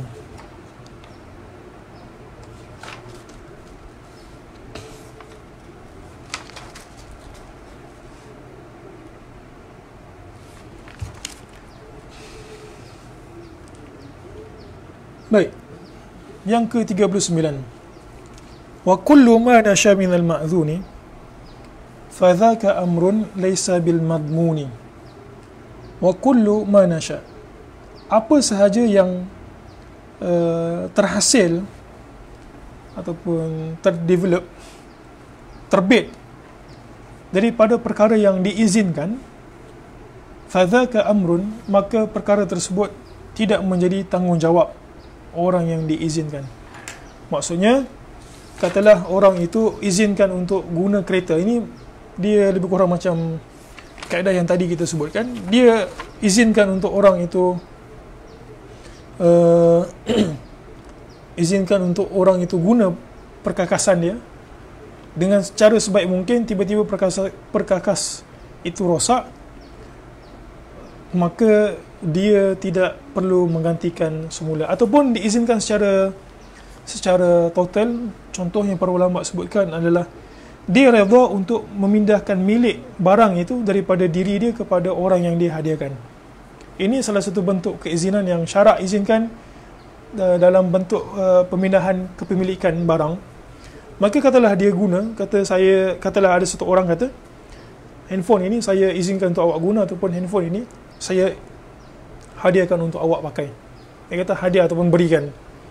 Maka kalau setelah mendapat keizinan orang tersebut dalam bentuk hadiah ataupun keizinan untuk pakai, maka benda tersebut kalau berlaku something, dia tidak menanggung apa-apa ataupun kesan untuk ganti. Ya, dia telah pun berikan hadiah ataupun izin guna, maka kaedah ini menyebutkan dia tidak menanggung. Cacat perlu ganti semula ataupun rosak kena ganti semula. Baik, yang ke-40, wa kullu hukmin da'irun ma'illati wa hiya allati qad awjabat li syir'ati. Kullu hukmin, setiap hukum itu da'irun ma'illati, berlegar pada sekitar illahnya. Wa hiya allati qad awjabat li syir'ati, dan disebabkan illah itu, illah ini ada pelbagai takrifan. Illah dalam bab nahu lain, dalam bab nahu saraf maksudnya dalam bab bahasa illah itu lain, dalam bab tajwid juga ada illah, dalam bab usul fiqh juga ada illah, tapi secara umumnya maksudnya adalah sebab.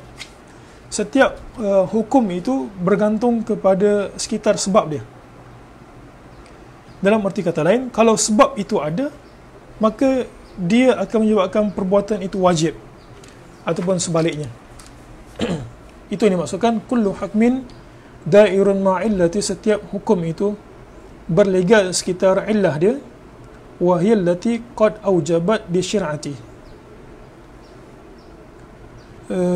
Contoh arak. Apa punca pengharaman arak? Dia punya illah. Illah yang para ulama sebutkan adalah puncanya adalah al-iskar, mabuk.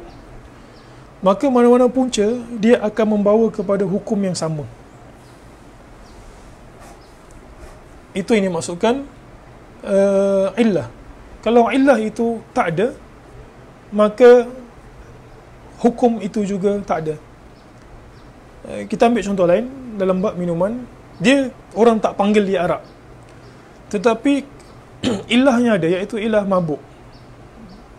Apa kita panggil ketum kot apa? Ketum. Minum, kita orang tak panggil ketum tu arak, tapi orang minum ketum dia boleh mendatangkan khayal, dan juga otak dia tu tertutup, tak boleh berfungsi dengan baik. Contohnya, maka illah itu ada. Arak dihukumkan haram kerana illah pengharamannya itu adalah mabuk. Maka bila illah itu ada pada barang lain, maka hukumnya juga adalah sama. Itu yang dimaksudkan kullu hukmin da'irun ma'illati wa hiya allati qad aujabat li syir'ati. Sedikit perincian tentang illah. Illah ini dapat dipecahkan kepada dua bahagian. Illah kita panggil sebagai illah mansusah, dan juga illah mustanbatah. Illah mansusah adalah illah yang nas syarak secara eksplisit bagi tahu ini dia punya sebab, ini dia punya kesan. Contohnya, Nabi SAW masuk hadis riwayat Bukhari dan juga Muslim, Nabi sebut, ma'an haraddam wa dhukira smullahi alaih faqulu laysa sin wa dhufur.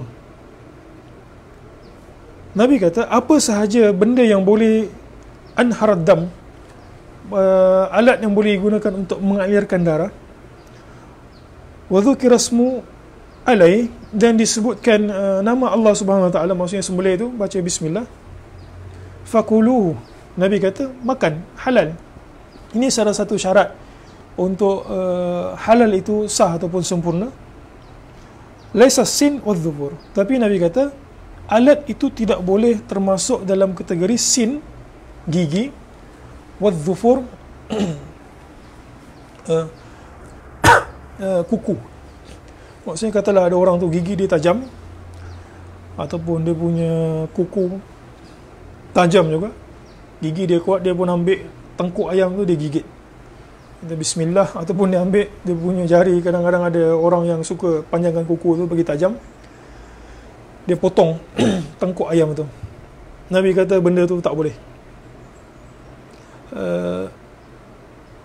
Ilahnya, kenapa itu?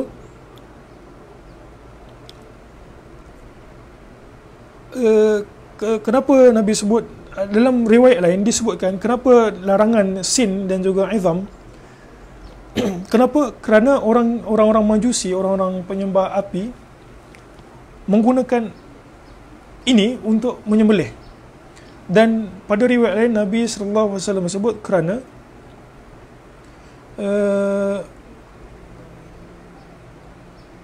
gigi itu sebahagian as-sinu fa'idhamun. Nabi sebut as-sinu fa'idhamun, kerana orang Majusi gunakan kuku untuk menyembelih, dan Nabi sebut sin kerana sin itu merupakan tulang. Jadi tulang, ilahnya itu adalah tulang yang tidak boleh digunakan untuk sembelihan, dan juga ilah kuku itu kerana orang-orang Majusi menggunakan benda ini untuk menyembelih. Saya nak sebutkan kat sini, ini adalah illah yang syariat sebutkan secara eksplisit. Tetapi ada illah, sebab yang satu hukum itu berlaku, yang syarat tidak sebutkan secara eksplisit, tetapi kita boleh tahu bahawa illah itu berdasarkan pembacaan, ataupun kita panggil sebagai kaedah didaktif kot. Yang kita baca, kita tahu ini dia punya illah. Contohnya Nabi sallallahu alaihi wasallam sebut la salata bi hadrati at-ta'am wala wa huwa yudafi'u al-akhbathan. Tidak ada solat. Solat kat sini membawa maksud perkataan la kat sini membawa maksud tidak sempurna, bukan nafi lil kamal, bukan nafi lil sihhah. Tidak sempurna solat bi hadrati at-ta'am dalam hadis riwayat Bukhari dan juga Muslim. Tidak sempurna solat sekiranya bila kamu solat, nak pergi solat tu ada hidangan dihidangkan. La salata bi hadrati ta'am wala wa huwa yudafi'u al-akhbathan, dan juga dalam keadaan dia itu menahan daripada dua akhbath, dua kotoran, nak buang air besar dan juga air kecil. Jadi kenapa disebutkan la solat, tidak ada hadrati ta'am dan juga nak menahan daripada buang air. Jadi bila kita tengok ilahnya kat sini adalah apa persamaan di antara hadrati ta'am, makanan ada ketika orang solat, dan juga orang solat dalam keadaan menahan daripada nak buang air. Persamaannya satu yang kita panggil sebagai ilah, iaitu menghilangkan khusyuk. Jadi mana-mana perbuatan yang boleh menghilangkan khusyuk, kita boleh ambil hukum ini. Sekurang-kurangnya para ulama sebutkan orang itu pergi solat dalam keadaan dihidangkan makanan, ataupun dia pergi solat dalam keadaan dia tengah menahan, tapi menahan itu 50-50, tahan tak tahan. Disebutkan sekurang-kurangnya hukumnya adalah makruh. Sah solat, tapi disebabkan dia mengganggu, maka hukumnya adalah makruh. Jadi apa sahaja bentuk, berdasarkan kaedah ini, apa sahaja bentuk-bentuk kalau solat, apa sahaja bentuk gangguan yang boleh menghilangkan khusyuk, maka kalau ia ada, hukum solat kita itu kita boleh hukum sebagai makruh.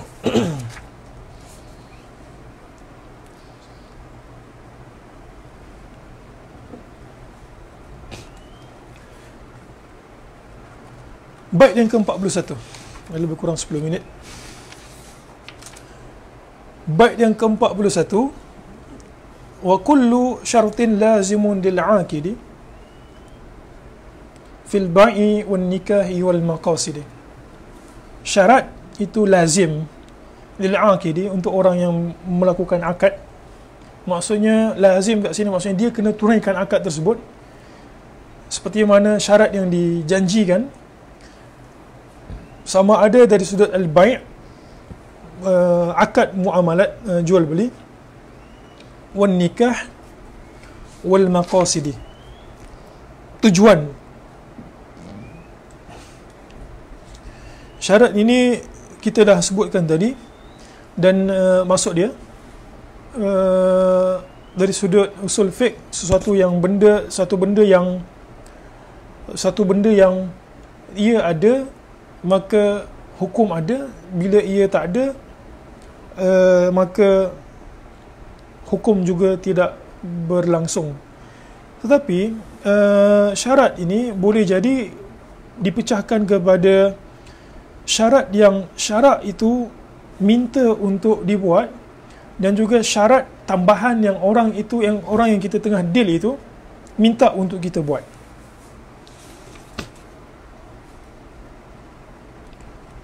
Saya rasa boleh faham kot.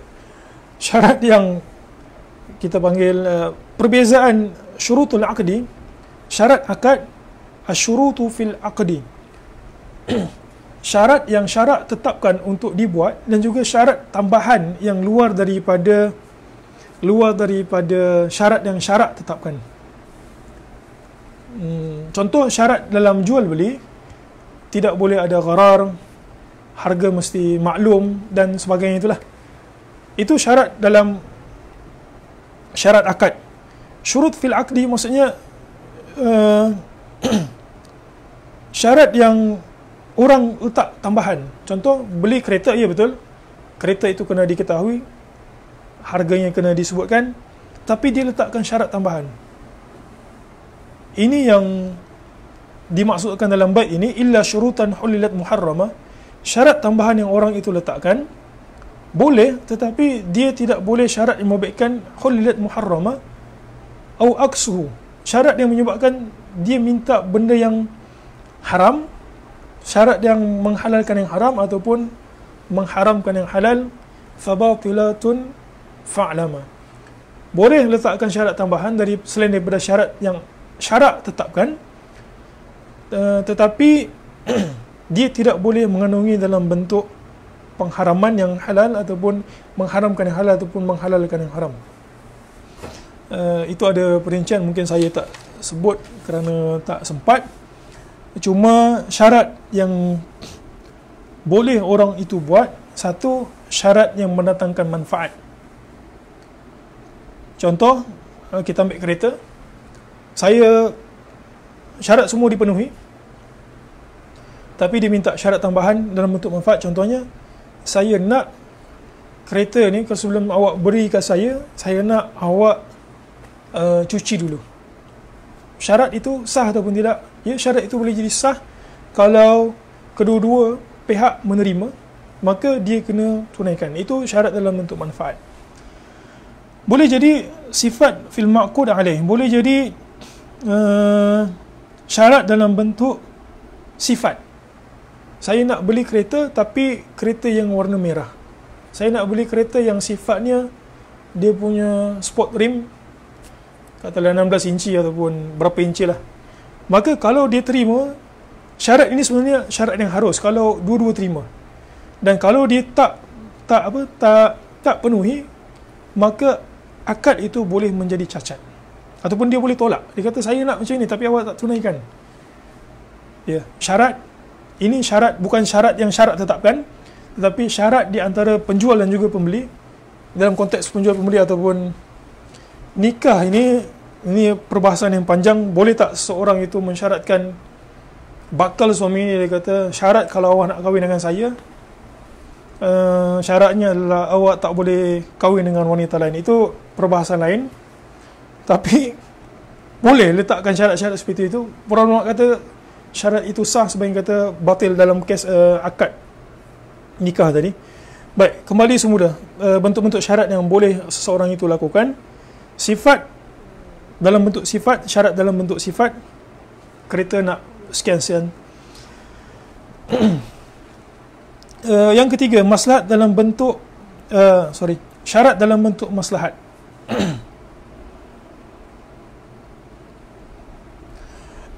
Contoh dalam bentuk maslahat, penjual ataupun pembeli minta supaya uh,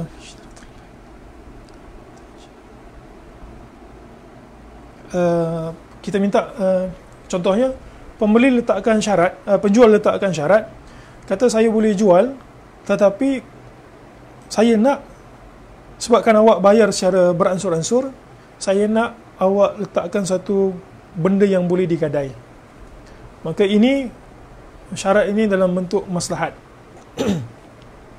Apa beza, kalau orang tanya apa beza syarat manfaat dan juga syarat maslahat? Manfaat ini maksudnya adalah kelebihan tambahan. Manfaat kembali kepada sama ada penjual ataupun pembeli.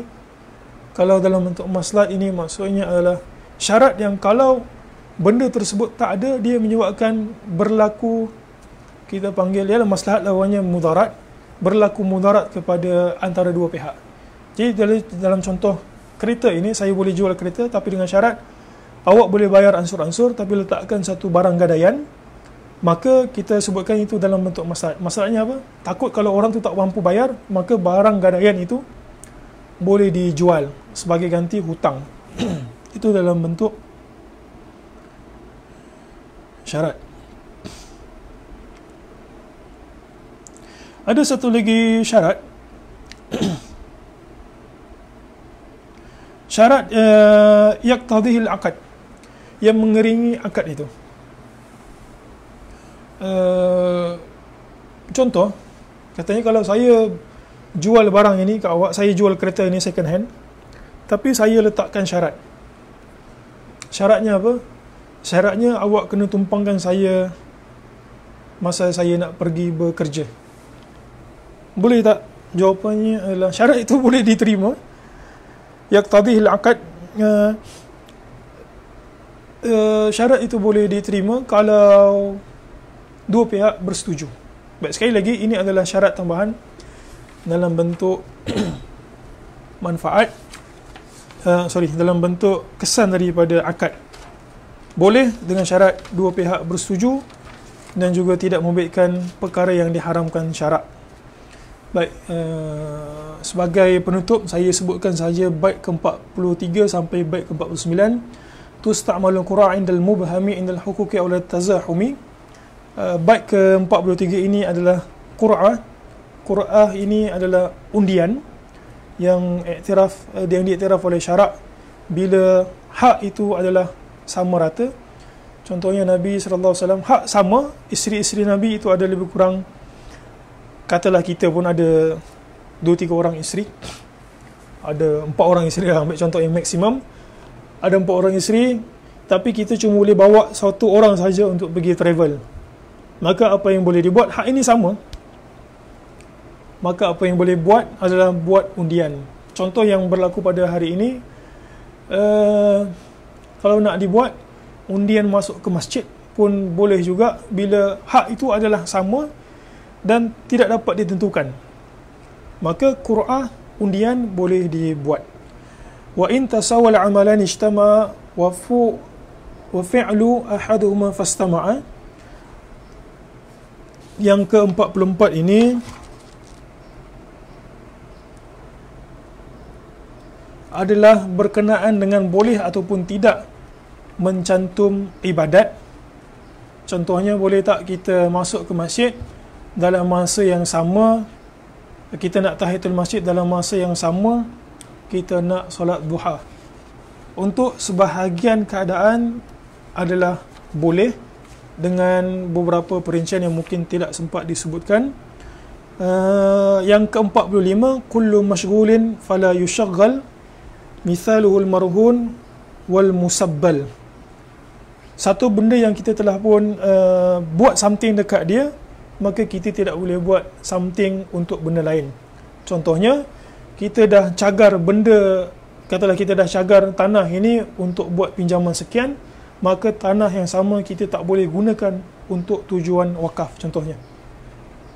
Ataupun dalam bentuk pekerjaan, orang yang telah pun dibayar gaji untuk melakukan pekerjaan daripada pukul 8 sehingga pukul 4 petang, maka dia tidak boleh ambil pekerjaan lain. Ini maksudnya kullu mashghul, satu benda yang telah pun dibuat something dekat dia, mashghul, implement something dekat dia, maka dia tidak boleh digunakan untuk benda lain. Mungkin perinciannya next time insya-Allah.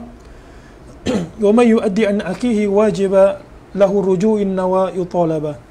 Ini pula yang ke-46 adalah kalau orang tersebut menunaikan hak untuk saudara dia yang lain, maka saudara yang menunaikan hak untuk diri dia itu boleh menuntut kalau dia berniat untuk menuntut. Contohnya, ada satu orang tinggalkan anak bini dia untuk tempoh masa yang lama, dan bini dia, keluarga dia, anak isteri dia memerlukan bantuan kewangan, lalu ada kawan dia niat untuk bantu dengan syarat dia gantikan semula, maka pertolongan dia tu dia berikan duit, katalah sebulan 300, dia boleh tuntut kepada saudara dia, suami kepada perempuan dan juga ayah kepada anak-anak itu untuk membayar semula. Ini yang dimaksudkan wa may yuaddi an akhihi wajiba, siapa yang menunaikan untuk saudaranya kewajipan dia, lahu rujuk, dia boleh minta balik duit ataupun apa saja yang dia tunaikan, inna wa yutalaba, kalau dia pun susah, contohnya dia pun susah, dia kata saya juga perlukan duit, cuma saya dahulukan duit saya untuk bantu awak, maka saya nak minta balik, jawapannya boleh. Kemudian yang ke-47, wal wazi'ut tabi'i anil asyani kal wazi' syar'i bila nukrani. Secara umumnya sesuatu yang orang anggap buruk, biasanya ia juga ada pengaruh syarak.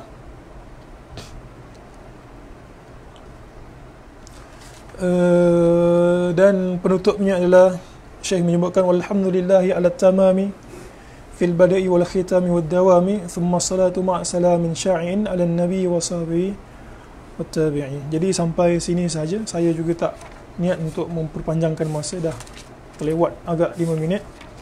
Subhanakallahumma wa bihamdik asyhadu an la ilaha illa anta astaghfiruka wa atubu ilaik. Assalamualaikum warahmatullahi wabarakatuh.